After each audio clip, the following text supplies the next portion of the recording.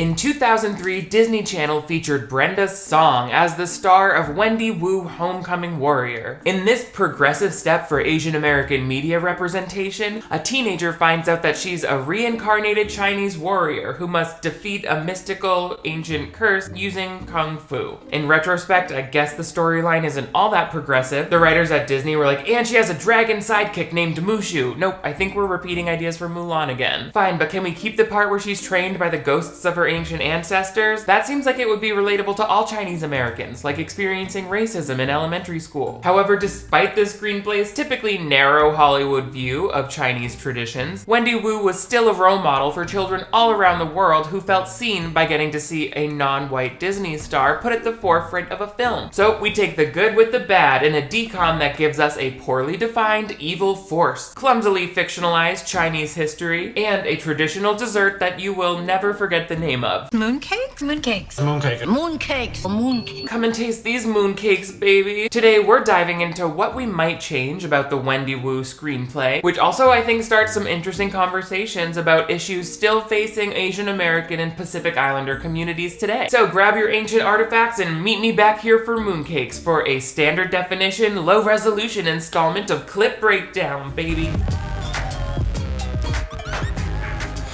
Hello television viewers, my name is Nick. Thank you so much for joining me once again on my channel for another installment of Clip Breakdown. This is the playlist where we dive into our favorite movies, TV movies, and other such content on the web to say, ooh mama, let's break that up like a fortune cookie and see what's inside. And today we're breaking down Wendy Wu Homecoming Warrior, a movie that you guys have requested heavily in the comments, and I was excited to watch for the very first time. But before we get into it, make sure you give this video a big thumbs up if you want to see even more clip breakdowns on Disney Channel original movies just like this. But most importantly, if you're new to my channel, I would love to have you click that subscribe button right over here. That way you never miss new videos from me. I upload 2 new ones every week, so turn on notifications and you'll always be the first to know when we're smashing the fortune cookies like we're smashing the patriarchy, baby. Also, I've got merch available and a Patreon where you can access exclusive bonus episodes and virtual watch parties every month. So our movie Wendy Wu Homecoming Warrior begins in the mountain ranges of China. This whole movie was shot in Auckland, New Zealand, similar to where they shoot Power Rangers, which shared not only a lot of crew members, but also cast members for this. The movie starts with one of our leads, Shen, training with his friends who are monks.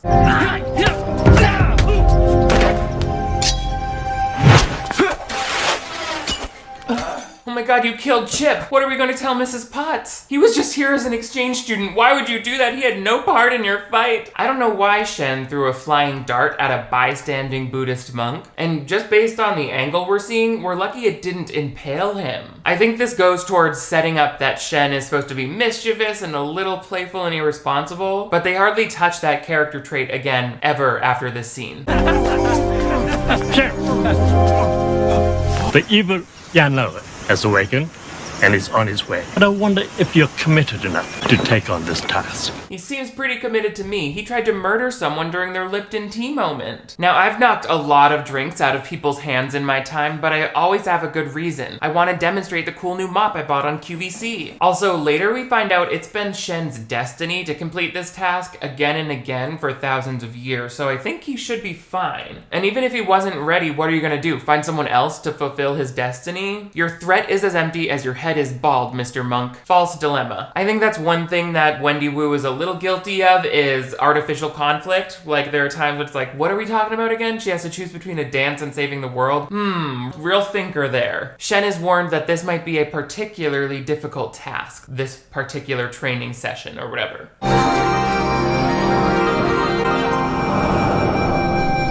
Oh, they just dissolved from a photorealistic police drawing to that amateur sketch of a leprechaun. All hail Queen Wend! She's the LSD drawing that I never got to complete because all the colored pencils were up my ass. Just kidding. That's not what I keep up there. Wendy we see to be sort of a daydreamer, not really focusing on her history class or the gentleman teaching it. Can you identify this mountain range in northern China? Listen, Teach, the only mountain ranges I need to identify are my and my cheeks. Oh. That's me role-playing myself into the movie as Wendy Wu's promiscuous gay Italian friend, Erin Arrivederci. Great Wall of China's long enough to be seen from space? Well, I guess that's a start. Oh, Erin Arrivederci. Erin, oh Erin, What are we going to do with you? Aaron's theme song is from the 2001 Aaron Carter album, Oh Aaron. Deal with it. Aaron, oh Aaron, what are we going to do with you? So it's clear that Wendy doesn't pay attention to school as much as she does her popularity, and we get that through a lot of talking from one of her friends. You'll notice that both of these characters were played by cast members from the Power Rangers. Why can't I have your perfect life, Wen? You're the most popular girl in school. Everyone's gonna vote for you for homecoming queen, and your boyfriend's perfect. Aw, don't expositionally cry, Lisa. No wonder Wendy keeps these people around. They somehow turn their bad day into a list of accomplishments about her. They're like, and you're gonna get the homecoming vote because you're Asian in a way that even racist white people can handle, like crab rangoon. Can I just say, anyone who thinks that the United States doesn't harbor deep, harmful prejudices against the Asian American and Pacific Islander communities, then they're just not looking at the hard facts. These groups experienced 150% more hate crimes in 2020, despite a 7% drop in overall hate crimes. That's shockingly awful. And I think the fact that this movie is centered around the homecoming vote is actually very fitting, since voting and expanding access to democracy is one of the best ways that we can show solidarity with the Asian American and Pacific Islander communities. Voting makes sure that the people who represent us in office are also the people who are going to protect us and who are going to act on the issues that we care about the most. Right now, more than 361 bills in 47 state legislators have been introduced that restrict voting access, not on my watch. Also, I'm not like a poll proctor or whatever, but I'm pretty sure bribing people with food for voting is not allowed. I guess it's okay in homecoming situations. Thanks, guys. Jessica Dawson is running against you for homecoming queen? Nobody's gonna give her my vote for a stale cookie. Even your brother? Peter, put that down! Not that two-tone breakaway cookie from hell. Did they want the bottom half of that thing to look like it was a skin graft from the Pillsbury Doughboy? Also, was Wendy really eating lipstick for lunch? Because that's gonna be more than her daily recommended serving of red beetle shells. So as we saw from that little move that mirrors the throwing dart, there's something simmering in Wendy Wu's subconscious. My brother, on a diet, football jock, you know. Football jock Wendy, diet culture is toxic no matter what category of adult film it's for. Oh, you meant your brother plays actual high school football. Okay then, glad I didn't say anything embarrassing. Wendy's boyfriend also seems preoccupied with food restrictions. I got a salad, Wen. I mean, you don't need it, but I'm trying to cut my triceps for short sleeve shirts. What, so now we both have to eat a salad just because you want a new line in your arm? If I missed out on spicy chicken sandwich day because of you, I'm faking another pregnancy scare. From the beginning, I think the movie does a fair enough job showing that Wendy is a little self-concerned with her homecoming thing and not at all paying attention to what's going on around her. She's visiting her mom, who works apparently in the basement of a museum. The museum director is counting on me to put together this exhibit of ancient Chinese artifacts. I don't know the history behind any of them. I used to think my mother's stories about the Buddhist legends were so silly. Should have listened to her more. If you really feel that some childhood stories would have had enough museum quality information for an exhibit on ancient history, then I'm not sure why you were selected for this task in the first place. Like, Mama, I don't want to tell you how to do your job, but you should probably check out some websites. Meanwhile, Shen has just arrived in this fictional California town, and he's like, what's going on? What are these strange cows made of metal?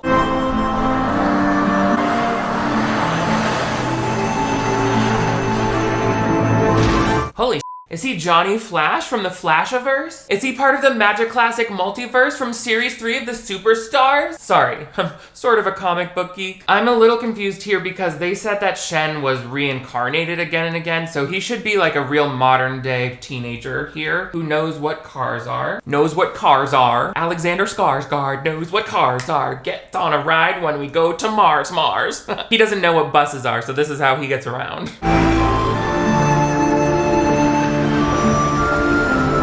And nobody called the police on that. There are times when being a monk warrior in this movie means that you can meditate anywhere and also you're part X-Men. Later that night, Wendy is trying to best Jessica with her cookies by baking some cupcakes, while Wendy's mom speaks to her mother, Wendy's grandmother, about these Chinese stories she needs to relearn. Did a lot of the research. I feel like I'm missing some of the folklore and legends. Anyway, it's not like I missed having that Chinese culture in my life.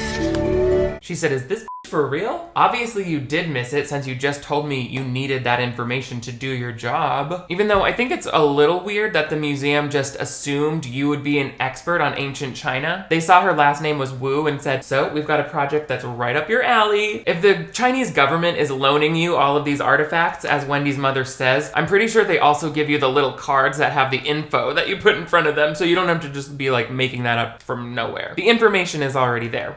Just saying. Meanwhile, though, back at the museum, I mean, some guy delivers this box and the security guard gets it and it's like a glowing artifact orb. This is basically the evil relic that houses Yan Lo, our antagonist for the whole movie. Completely fictionalized curse, fictionalized person, but we know that it's evil because when we put this box down next to a flower, the flower dies. So things are definitely heating up in this town of California. And that night, while everybody else is going to bed and Wendy's cleaning up her cupcake mess, she gets a little visitor. May I help you? Hello. Oh, sorry. You look so different. You think she looks so different from that hyper-realistic watercolor image you got from the photo booth at the mall? You know what? I'm not gonna argue with this guy. I do not have the bone density for a kung fu fight. I get all of my calcium intake from the pieces of my teeth that chip off while I'm eating Jawbreakers. I hate home invasion stories, so the idea of someone coming up to my door at night and like forcing their way in is Law & Order SVU. Scary, very unfun to watch. That's what that stands for. You know me? Yes, you're Maison. Women warrior born in the Wei dynasty. It is your time again. It is time. Goodbye. Don't be frightened. You don't tell me how to feel about this. I would scream bloody murder if somebody just quicksilvered their way into my living room this way. I would be in the kitchen with my slap chop ready to slice and dice the assailant. I don't allow myself to have real knives in the house because I always end up losing them in the couch cushions. In the face of this horrific threat, obviously Wendy's kung fu subconscious comes right out. How did you were just...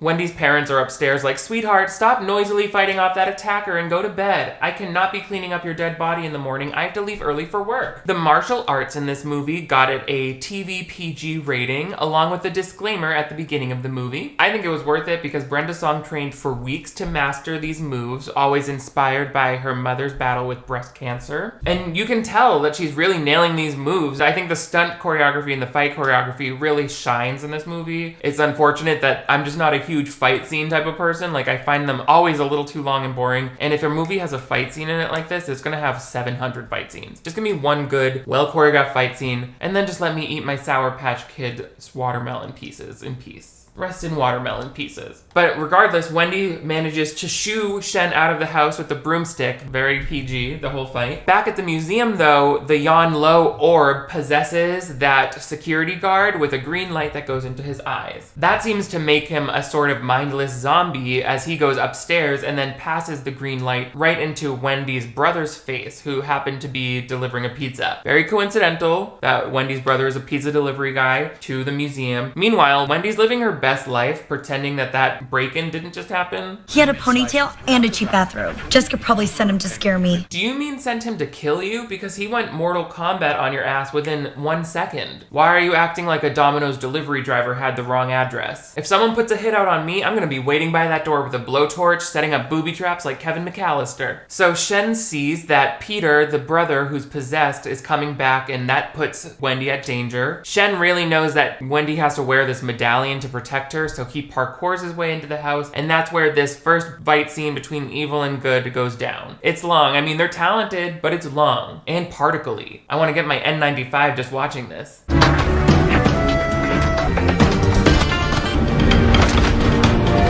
Can someone let the Wu family know it might be time to replace their vacuum cleaner? This is the dustiest suburban showdown I've ever seen. This guy wouldn't even have to kick my ass. The allergies would be doing it for him. That was Aaron Arrivederci saying that. Aaron, oh Aaron, what are we going to do with you? this fight scene does give us lots of those kind of fun Jackie Chan style moments where they involve props and animals to make it seem like dynamic. Props for that. It definitely is its most novel here at the beginning of the movie. Towards the end, I'm like, if you guys fight one more time, I'm out. It's rap day for me, mama. I'm gonna be signing yearbooks in the hallway. That's when I swoop in like a pelican and go, "Go." Mama knows better than to pass up some fresh seafood. Ooh, fish in my gullet. The fight kind of centers around this glowing orb. It seems important for Yanlo to put this orb near Wendy's head. Again, I hate that they don't tell us what's going on. Like, the evil is just bad. It wants to be near Wendy. It wants to suck out her eye glow. No one ever tells us. It's all very amorphous. Okay, bye green ball. Again, this glowing orb seems to have new magical properties every time it's on screen, but it's never explained what it is. Disney said, what do we know are the hard facts about China? We know they have lots of ancient artifacts and probably like an evil curse. That can be the bad guy. But I think my favorite way that the Disney Channel used Brenda Song to solve racism was with their Pass the Plate series about international foods. Let's pass the plate to see how kids all over the world eat right.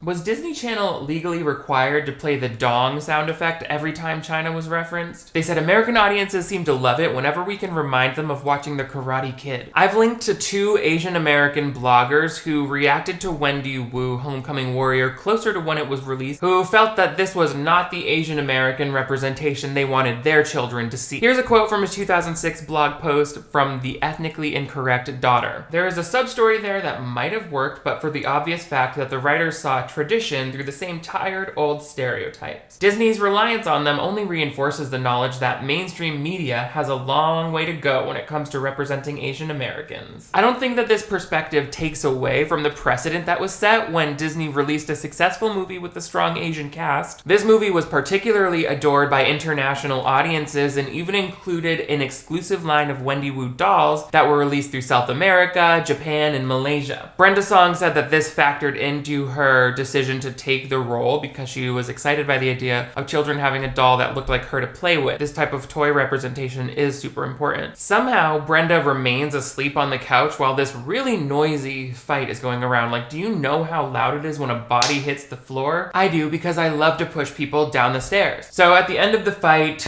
I don't know, I guess Shen gets the amulet back on Brenda so she's protected, and then Peter sends the evil force back into the dog's eyes. So the evil force has now jumped around like 50 times in the same 3 minutes. For me, it's a problem when the evil force is never established as its own character. It's like initially introduced as someone who's just possessing people around it, because it's like, that's not scary to me. I want to see the big bad scary thing so I know what the stakes are. Anyway, Peter comes to and he's like, what? Whoa, I'm home? Cool.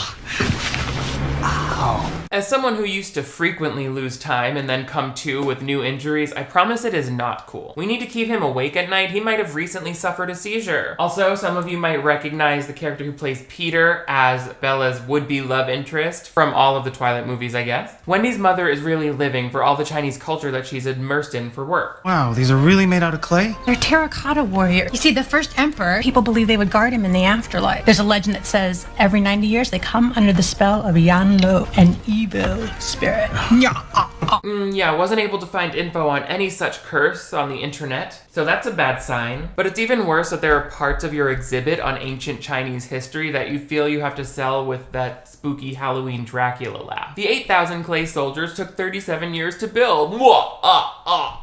Okay, Count Chocula, you better work that art history degree. When Wendy comes down, she sees Shen in a picture, but she's like, but these Buddhist monks are bald. He says he's a monk, but he's not bald. Case solved, I guess. And then she's off to school for more of the homecoming drama. Aren't you taking your cupcakes? No, you take them.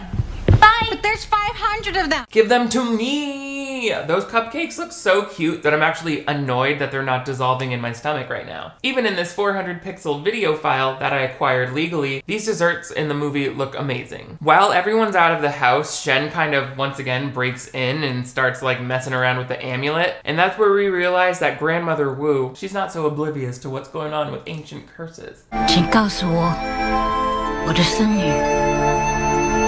Disney was not prepared for this much Chinese dialogue. And I mean that literally, their watermark can't even accommodate the subtitles. This director was insistent on getting accomplished actress Tsai Chen for the role of Grandmother Wu, and I can see why. Her performance definitely adds a lot of gravity to the movie's events. She also reminds me of my late Nana, who also had a thing for sweets and wore a wig. Wendy has another run-in with Shen while she's getting a ride to school with her two friends, Lisa and Tori. Wait!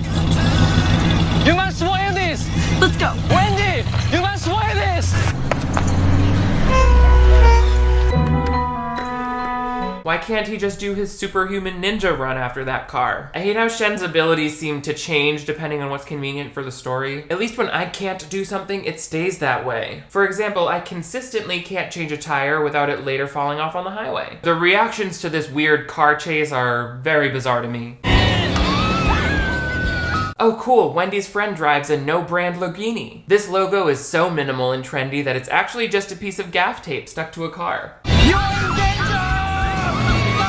That's my guardian angel trying to protect me while I'm driving 40 in the Jamba Juice parking lot. If Shen has been reincarnated and training this female warrior for thousands of years, shouldn't he have a better way of starting the process off without being terrifying? Maybe try using that wise, all-knowing grandmother as a trusted access point. Don't just go getting dragged behind some teenager's car like those recycling bins I ran over. I was driving a teenager's car because I stole it after an argument at the mall. The girls gotta shake this scary man loose. I like how Shen screams like Pee Wee Herman. I can't do it. I legit just made a noise. I said, I'm Pee Wee Herman. The girls are way too casual about this attack. Well, that was really weird. Bizarre. I say we act like that never happened. Cool. Wendy and her crew said, F the police, we killed him ourselves. Street justice. Although, I don't know, I do feel like maybe we should let an adult know about the man who keeps accosting you in and around your home. I don't want to normalize that too much. Back at the soccer field, Wendy continues to exhibit some secret prowess, and it hurts Jessica. Energy!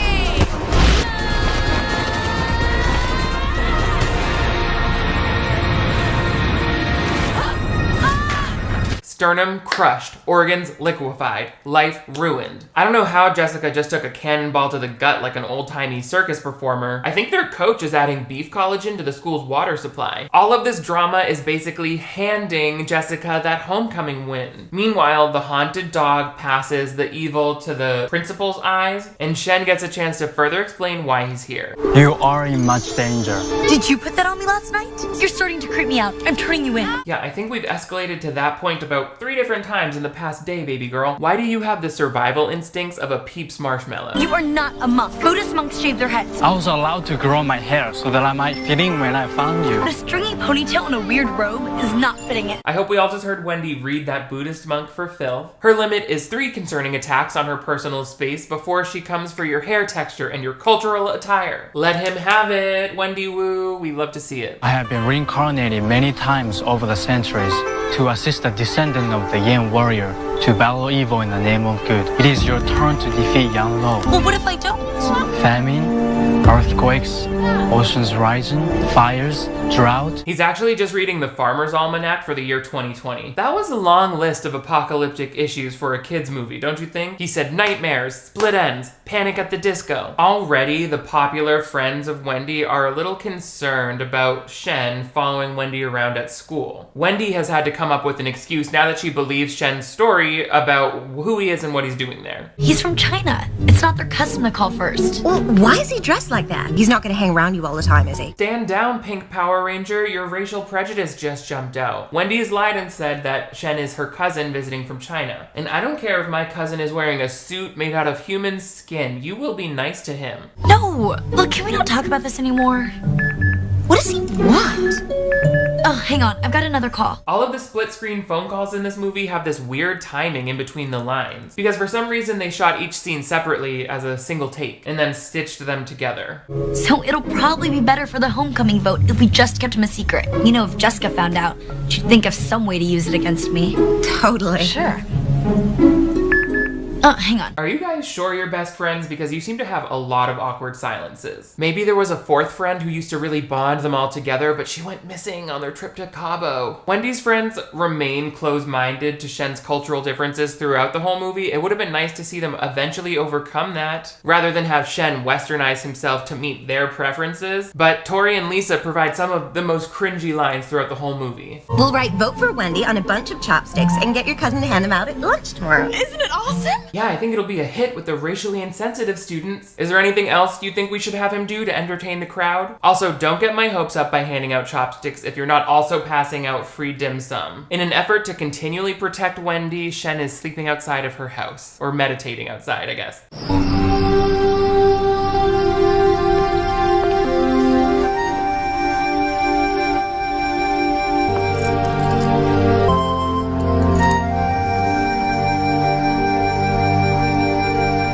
It's hard to explain fully, but this movie deals with a lot of sacred metallic objects being placed here and there, getting passed around. Is it just me, or does that feel a little reductive? Or maybe I'm just really highbrow and tasteful. Actually, no, that can't be true based on some of the drug flashbacks I've had. The next day, Shen is kind of experiencing a fish out of water thing as he follows Wendy around school with the amulet, trying to protect her from evil forces. Jessica comes in with another conflict. Any student participating in any extracurricular activity must maintain a minimum C average in all subjects. World history. Yeah. I don't know how the counselor found out.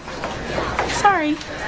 I wouldn't be pushing Wendy Wu's shoulder like that. She already knocked your ass back a grade at soccer practice yesterday. Obviously, this movie uses stunt choreography, and Jessica's motivation to beat Wendy doesn't seem racially motivated. In 2020, there were 392 hate crimes targeting Asian American and Pacific Islander communities in the US that consisted of physical assault, coughing, or spitting. And that's just from the dates of March 19th through December 31st of 2020. That only counts for 14% of the reported hate crimes against AAPI communities. This is a huge problem for public health in the country, and it's so not what America is supposed to stand for. So it's insane how this type of hate is normalized. That's why, again, it is so important for every US citizen to vote. That way we're making sure that the people who represent us in the government represent our values. We also need to elect people who will help increase and protect voter access so that more people can vote easily. Nearly 1/3 of Asian Americans have some difficulty communicating in English, which can make the act of voting that much more intimidating. Voters have rights to assistance in voting if they have trouble communicating in English. It's important that we all know what our rights are when it comes to voting so that we can help protect them and ensure safe and fair elections that help protect us against these hate crimes and everything else that we hate in the world. There's so much going on. I will include links to resources in the descriptions below. So now the new conflict is that Wendy has to get a good grade in her social studies class in order to be homecoming queen. I can't get an A in world history. I don't know anything about China. Midterms are in a week. There's no way. I will help you. Shen, are you meditating or are you listening to me talk to myself in public? I think there's probably more to being a Buddhist monk than just sitting around and waiting for the protagonist like a genie in a bottle. And I know you're probably expecting me to sing the iconic song right now, and you're probably right. I feel like I've been locked in tight for a century of lonely nights, waiting for someone to release me.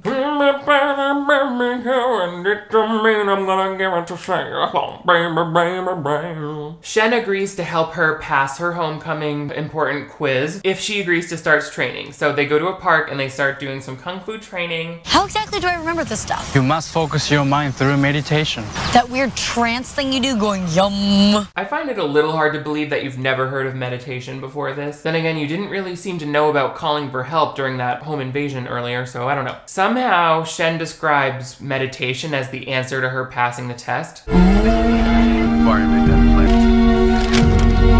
Okay, imagine that, but 3 times longer, and you'll have this dry middle part of the movie where Wendy uses meditation to learn somehow. I thought this would be a good time to teach us some actual Chinese facts like flashcards, who built the Great Wall of China. But I guess we aren't going to learn any actual Chinese information in between factoids about this fictional spell. And that's okay, because all in all, Wendy is able to pass the test and then on we go. Like, that was literally a 10-minute kind of subplot. I don't love it. I'm getting a little confused about Wendy's artistic abilities. She's suddenly penciling a masterful self-portrait when her notebook sketch earlier looked like it was found under the mattress of a prison bunk. It doesn't matter though, because we get confirmation from Wendy's grandmother here that what's going on is true and real. Every 90 years, a descendant must become a yin warrior. Yeah, but Grandma, you don't really believe that stuff.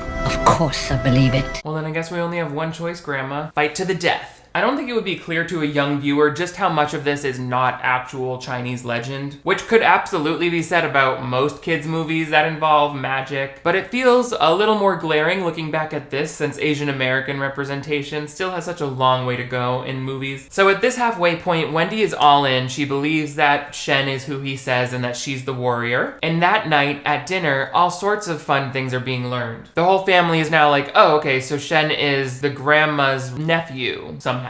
I saw a poster about your exhibit of the Qin Dynasty artifact. Yeah, it's really fascinating, but I'm having a hard time getting the research straight. And a harder time getting your story straight, because earlier you said you had the research done and just needed help with the folklore. Which is, by the way, just another thing you can research. Not to be rude, but is this thing you do at the museum like a volunteer job? Shen is able to show Peter a hip, cool monkey jumping over wall football move he can use to prevent linebackers from tagging him on the side. I could not even say English words properly there because it was so football oriented. I was like, linebacker, tag him on the side. Like, vowels felt different to me because it was all athletic. So after the football move thing, Shen also made these beautiful desserts. Oh my, are these mooncakes? A very special pastry that is made to celebrate the Chinese Autumn Moon Festival. Dude, these are good. Kenny, aren't you gonna have one? No. Excuse me. Is chronic diarrhea keeping you from the foods and activities you enjoy? I was not familiar with this particular pastry until this movie, but they looked so delicious, I had to get some for myself.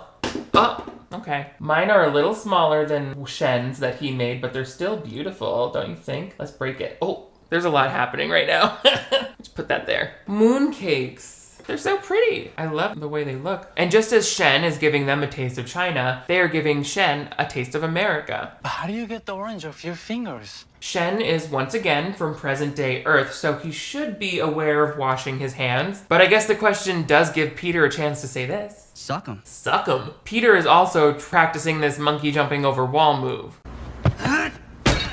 Shen, we're so grateful that you came into our home and paralyzed our son. Perhaps before you leave you can make our grandma's bones even weaker and take our dog's eyesight. Some of the injuries in this should straight up kill a person, but they're like, that's played for laughs. Which I guess is true for a lot of kung fu stuff, but anyway. Wendy and Shen go to the mall where Shen gets his obligatory trying on new clothes montage that every Disney movie I've realized has. Shopping is not that fun. It never has been. And back at home, we get a little bit more insight into the father's weird behavior at dinner. I didn't mean to be rude to him. It was just when I saw these mooncakes, it was like I was a boy again. I want us to be a Chinese-American family. That might be hard since your son is Korean-American, but he might be in the hospital for a long time with that coffee table injury, so you're on your way. This long-lost relative comes into our lives, and then one evening he gives your mother a little piece of the old country, Peter a football move, finds some missing pieces in your work, and opens my eyes to something we've been missing. I think you're missing a cup of tea to wash down that mooncake, Mr. Mouth Sounds. I hate this scene because I can hear the food he's eating becoming a paste. It's just a little sad because I don't think Wendy will get anything out of this. Oh, okay. Calling your daughter stupid. The boy child in your house just ruptured his spleen on a console table. But I guess let's underestimate your highly motivated, intelligent daughter. The producers originally wanted Wendy Wu to be a more superficial, flighty character like London Tipton, who Brenda Song plays in The Sweet Life of Zack and Cody. The character was changed at Brenda Song's insistence, who wanted her to be a more grounded and mature character, but they still kind of lean her that way, at least when other people talk about her. But they definitely do have the other characters in Wendy's life to show, like, oh, she's not as shallow as they are. My cousin. Oh, yeah. We gotta stay away from him. He's gonna wreck it for us. Maybe he's a nice guy. guy. Warren's a nice guy too, but if we let him hang out with us, we might as well wait to buy our clothes on sale. Quick update, turns out Warren was not such a nice guy. He went on to lock a bunch of home nurses in his basement. The movie never gets super explicit about it, but Austin's avoidance of Shen is clearly based off of his cultural presentation, which I think is very interesting since Shen is smart, nice, and knows kung fu, while all Ghostface here can claim for his culture is doing the chicken dance at weddings. This closed-mindedness is particularly poignant in this day and age. Did you know that the highest percentage of Americans believe that China in general is responsible for the COVID epidemic, despite the fact that America had really high infection rates for actual scientifically provable reasons, including our own fellow citizens' resistance to masking, social distancing, and now getting vaccinated. That would be like me saying, let's cancel China just because I almost choked to death on a soup dumpling once. That was my own fault. I thought you were supposed to swallow it whole and then use the chopsticks to push it down your throat. But right as we're starting to get to the heart of this, like changing people's opinions about Shen based on his clothes, he comes in and is like, don't worry about it. For Wendy for homecoming queen! Yeah. Vote for Wendy! Wendy, is that your cousin? What did you do? Vote for Wendy. He went from No, can you please just not say it? went from monk to hunk. Hey Lisa, can you come with me to the art room? I want to show you something inside the pottery kiln. I think a couple minutes in the sweat chamber should make sure we don't get any more dumb comments out of this one. So that night, Shen was like, oh, I was so popular today, blah, blah, blah. Kind of a celebrity. It was fun.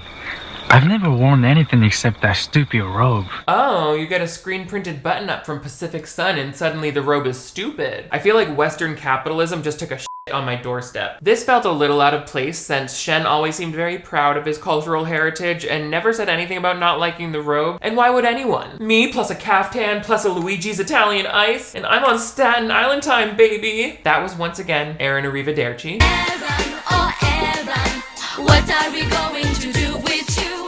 Shen keeps getting introduced to new present day things that I'm like, I mean, he's been alive his whole life. You said he was reincarnated. That means he was born in this present day and age. What is the name of this taste? Chocolate. Chocolate. Wait, you've never had chocolate before? Don't they have it in China? I'm not sure. I've never come across it in my reincarnations. This is when I realized Shen's story is just an elaborate scam to separate Grandma Wu from her social security checks. He's reincarnated every 90 years. Chocolate was first imported in 1703. He could have driven to this last battle in 1913 in a Ford car. Anyway, Shen lets on some important information that Wendy did not know. My destiny is to perish during the battle. What? I must sacrifice myself. It's alright. I got to be a real teenager for a little while. Ooh, the biggest smile he cracks in the whole movie was when he said, well, it's been great, but time to die. Sometimes all you need is a chocolate cupcake and a hat shopping spree to make you feel alive again, am I right? Sorry, I think I still have some Aaron Arrivederci stuck in my system. Aaron Arrivederci is just a part of you now, baby. Let's go sing Mamma Mia on a canoe. What are we going to do with you? So the next day, Wendy and Shen are at a party, and he's really feeling his new popularity. So you wanna dance? Oh, we're kind of together. I thought he was your cousin. Yeah, and I thought you were a 20-something professional dancer. So I think we're both dipping our toes into an unconventional dating pool here. So why don't you back off my boy cousin friend, okay, sweetheart? The boyfriend Austin continues to be snobby, so Brenda finally breaks up with him. And while she's outside crying about it, her friend Tori gets possessed by the evil thing, and it comes up to her with the glowing orb and is about to like attack her when Shen steps in and saves her.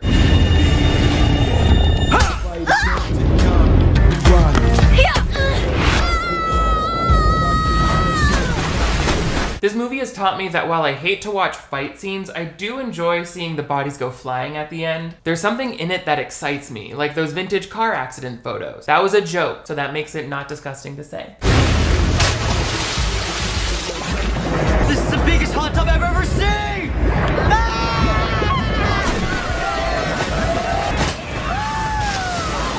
We don't know what that glowing orb was made out of, but we did find out it turned that pool water super carcinogenic. Okay kids, everyone into the radioactive bath, but you're gonna wanna keep your medical insurance active. It's time for Wendy to really take her training seriously. So Shen takes her to the park where she has these little figurines that she's gonna use to summon her guides. Meet the first master who will prepare you. Look, I can't be seen fighting some old guy in a park. It looks bizarre. I have to live in this town. Listen, if you don't break this elderly man's neck in the town square, our whole agricultural system will fail. I think Shen's been real patient up until this point, but we gotta start acting like the world's gonna end in 3 days and buy some leather combat boots. But Shen has an alternative instead of fighting these old men.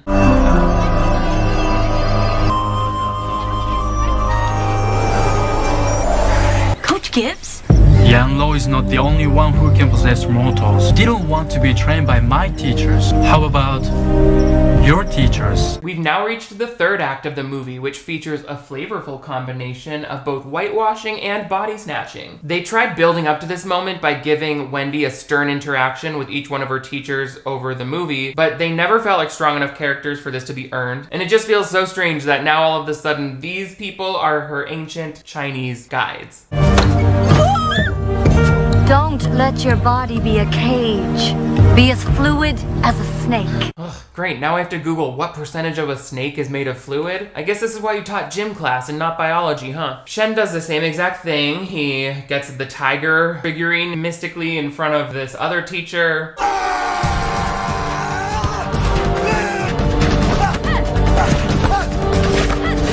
How does this look less bizarre than her practicing martial arts with an older man in the park? Instead, you went with Mr. Bernard doing backflips in his Dockers? I guess it's your call, Wendy Wu. This is what you wanted. I don't know why we have so many teachers suddenly that need to help. I guess it's because we saw at the beginning him open the 4 boxes with the 4 animals. I think 3 is a better number for this. Whatever.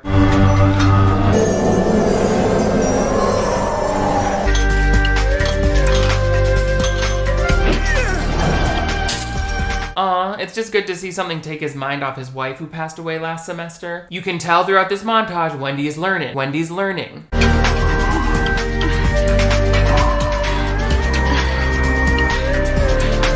America said, see, that's the proportion of white faces on screen that I'm more used to seeing. It's hard not to see this training montage as anything but a device that allows them to cast more white people in what could have been Asian roles. This better be the last faculty possession we have to sit through because this is becoming very repetitive. Also, don't these teachers have lives of their own? Mr. Medina was gonna visit his sick mother after work, but now he's gonna spend the whole afternoon playing Power Rangers with his coworkers in the athletic fields.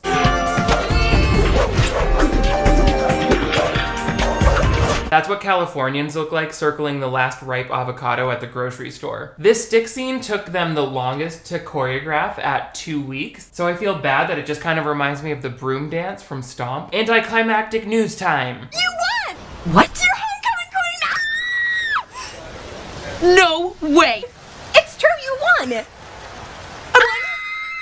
Girls, your phone calls are so out of sync, I don't even want to think about what your menstrual cycles must be like. You gotta each have blood squirting out of you at random. What do you mean that's not how it works? I re-edited this scene so that it had normal conversational timing simply by breaking them out of their single take, split screen format and going in for close-ups. You won! What? You're homecoming queen! No way! Tori, it's true, you won! That felt so much better for my brain to watch. We get some third act conflict. You knew the whole time that it was gonna happen during homecoming, didn't you? I was afraid you wouldn't train. So you lied to me instead? Monks don't lie.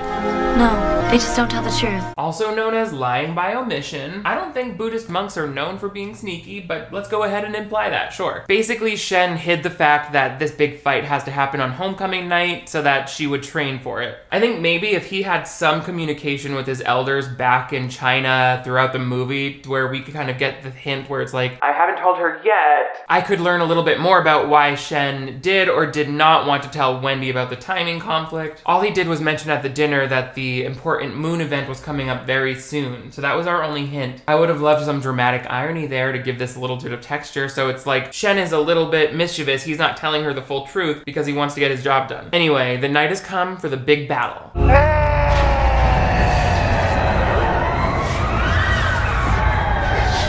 Uh-oh, who told this lady that her coupon is invalid? I told you we always price match for the crazy-eyed Caucasians. It's actually cheaper than the insurance premiums we pay when they spit on our employees. Because of the conflict, Wendy's already made up her mind. She's not fighting no demon. Nobody asked me if I wanted to be a yin warrior. I don't. I'm not angry with you. You're my granddaughter, and I've never questioned your choices. Not even when you wore that tacky braided belt with your first communion dress. Questioning a choice and remembering it forever are two very different things. Ooh, that sounds like a tagline for a movie about my oral herpes. Wendy's working through this by talking to herself. It's not gonna work. So what if evil takes over? The world's already evil. You're right, you can't kung fu kick yourself back in time to stop the Jonestown massacre from happening, so you might as well go dance to 50 Cent's In the Club while you still can, girl. She's really not thinking ahead to how the world's gonna be ending soon, like her life will be over. Back at the museum, Jessica is being taken over by Yan Lo, and she's resurrecting these terracotta soldiers. So you see, now the ancient warriors are Power Rangers type bad guys who grown like zombies. After that whitewashed training scene, they were like, all right, we're gonna hire 8 actual Asian fighters for this scene. Just make sure they're wearing masks. Wendy, meanwhile, is getting ready for the prom. Oh, you've taken enough pictures. Oh, she's right. Here, take some with the video camera. I can't tell if this is an Asian stereotype or not. It definitely conjures the feelings of a 90s stand-up comedy routine, and that's never a good start. Okay, I know this isn't the original reason why we were fighting, but I think Shen just defused a bomb threat. That box just lit up like the sick little girl from Katy Perry's music video. Cause baby, you're a firework. Wendy's spirit guides show up and they're like, he's trying to defeat them alone, and she's like, I gotta go help him, so that's the convincing factor. That's when it's time to spring into action, baby. Evil must face the force of the leopard. Snake. The crane. I feel like this guy said, I'm gonna mask my New Zealand accent behind an even more confusing European accent. We love Wendy's Street Fighter inspired costume here.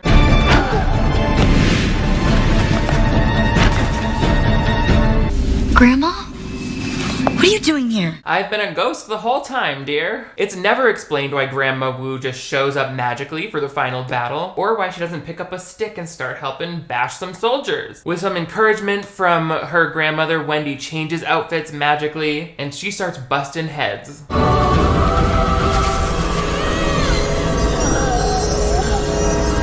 See, that's all her knowledge of ancient China that she meditated into her head earlier. Knowledge is power. This somehow stops the curse from possessing Jessica, and Jessica's able to run back to the homecoming, not remembering anything ever happened. Thanks. Let's go home. Mooncakes on me. I don't think this is over yet. It could be though. Just end the movie here. The kids won't even miss it. Grandma was just about to give us mooncakes, but now he comes back and takes the form of like an Attila the Hun type fighter. So this is Yan Lo. He mortally battles Shen, but then, even though it's Shen's destiny to die in this fight, Brenda Song pulls him and is like, no, this isn't your destiny. And she does this pretty thing with her hand and touches his heart, and he comes back to life. Yan Lo has been destroyed forever. How? By something mightier than anything we could ever teach a Yin warrior. True sacrifice for the world and a friend. I don't like this guy. We gotta move on from him. In fact, all of these possessed teachers are giving me the heebie-jeebies. Get the f*** out of here. We're done. Disney said that still counts as 4 Asian cast members, even though they're transparent. Once the teachers have their bodies back, of course, no one remembers anything. We're all on the way to my place for mooncakes. You're all invited. Come along now. Grandma only speaks one language, and it's mooncake, baby. Well, all right, I'll try one. They're really good. Just dry. A little more dry than I thought. Having to eat this on camera is like being put in hell. Poor Brenda Song trying to eat these in the middle of a scene, I would go nuts. It's good, it's like a less sweet Fig Newton. I think I was just shocked because it instantly sucked all the moisture out of my mouth, and I thought it was gonna be that way forever. Does my mouth sound pasty? I really like that. That's the red bean flavor. I've been eating them for 1,000 years. Let's get a cappuccino. Let's go this way. Sorry to the Chinese government for smashing your priceless terracotta warriors. We promised we were respecting your country the entire time we were destroying its artifacts. And that's all she wrote for Wendy Wu, Homecoming Warrior. What do you guys think about the Asian representation in this film? I would love to hear from members of the Asian American Pacific Islander community. Did you feel represented by this when you saw it as a kid? Do you still feel the same way now? Don't forget to check out those links on expanding democracy in the description below. Also, give this video a big thumbs up if you want to see even more clip breakdowns on DCOM original movies like this. But most importantly, if you're new to my channel, or if you've been watching for a while, I would love to have you click that subscribe button right down here. That way way you never miss new videos from me. I upload 2 new ones every week, so turn on notifications if you want to be in the know when I'm serving up fresh hot mooncakes for you. Also, I've got merch available and a Patreon where you can access exclusive content and watch parties. You guys are all the greatest. Thank you for fighting Yawn Low with me today. I will see you next time.